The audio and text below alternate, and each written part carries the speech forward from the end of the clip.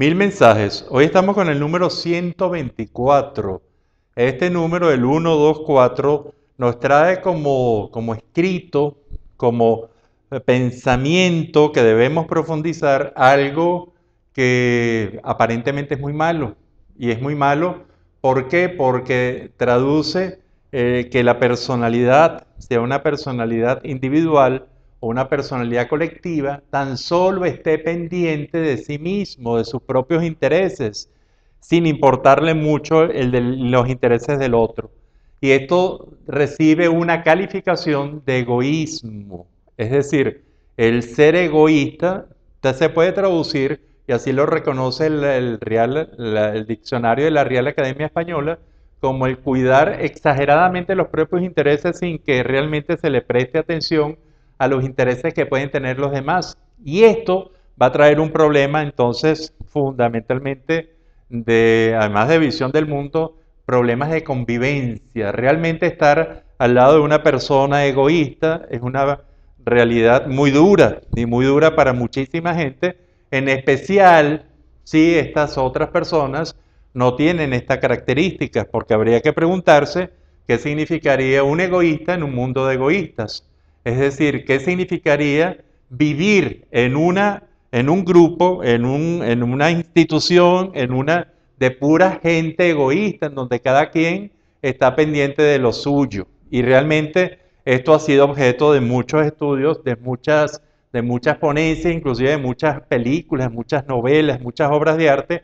¿Por qué? Porque el egoísmo forma parte, yo creo que del repertorio humano.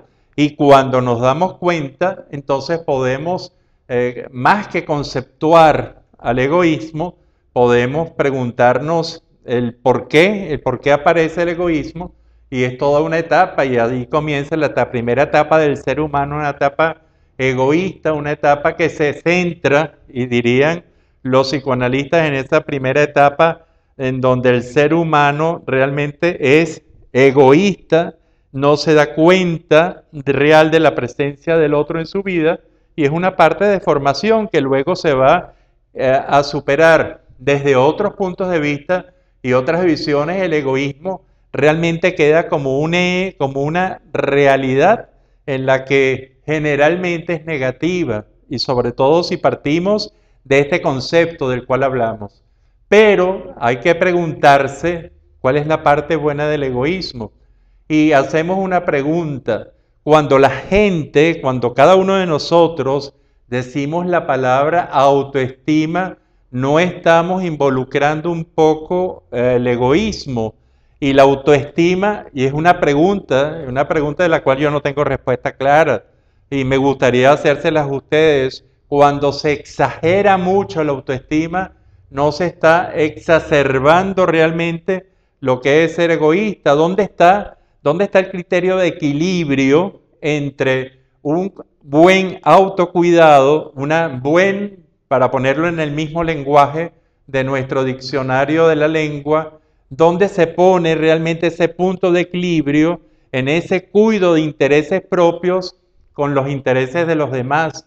¿Dónde hacemos la conexión en donde un buen egoísmo, y esta palabra le puede resultar muy dura a mucha gente que lo ve como absolutamente un pecado, pero si hay ese buen egoísmo, no puede ser una buena y sólida autoestima, un cuidado de mis propios intereses, de los vitales, de lo que depende mi identidad y de lo que depende mi seguridad, para entonces, ya solucionado esto, poder entonces cuidar de los intereses de los demás.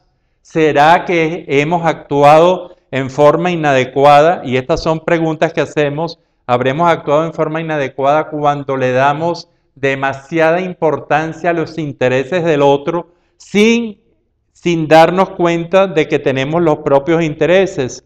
Y es más, de que no vamos a funcionar de manera adecuada mientras no tengamos nuestros propios intereses cuidados. Ese límite lo puede establecer un buen concepto de las relaciones del ser humano, de esa convivencia, en donde nosotros lo solucionamos a través de todo un largo proceso evolutivo, en donde se comienza siendo una víctima, esa víctima se revela y se revela generalmente en forma tan inadecuada que uno pasa a ser un sobreviviente, a luchar contra el medio ambiente, sí, y tener que desarrollarse plenamente uno, inclusive con grandes peligros de antiética en ese periodo de personalidad que es el proceso de supervivencia o cualquier ser sometido a una supervivencia extrema.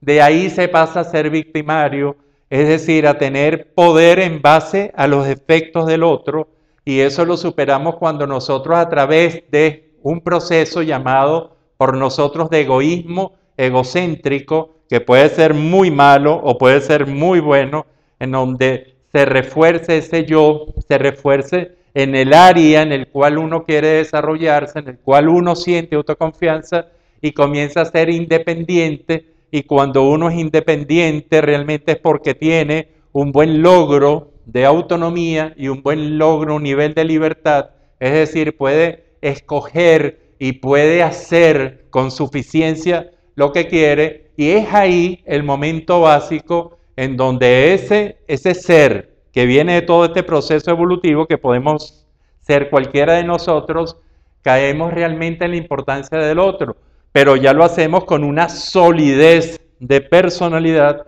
lo hacemos con una solidez de identidad que nos puede acercar realmente al otro.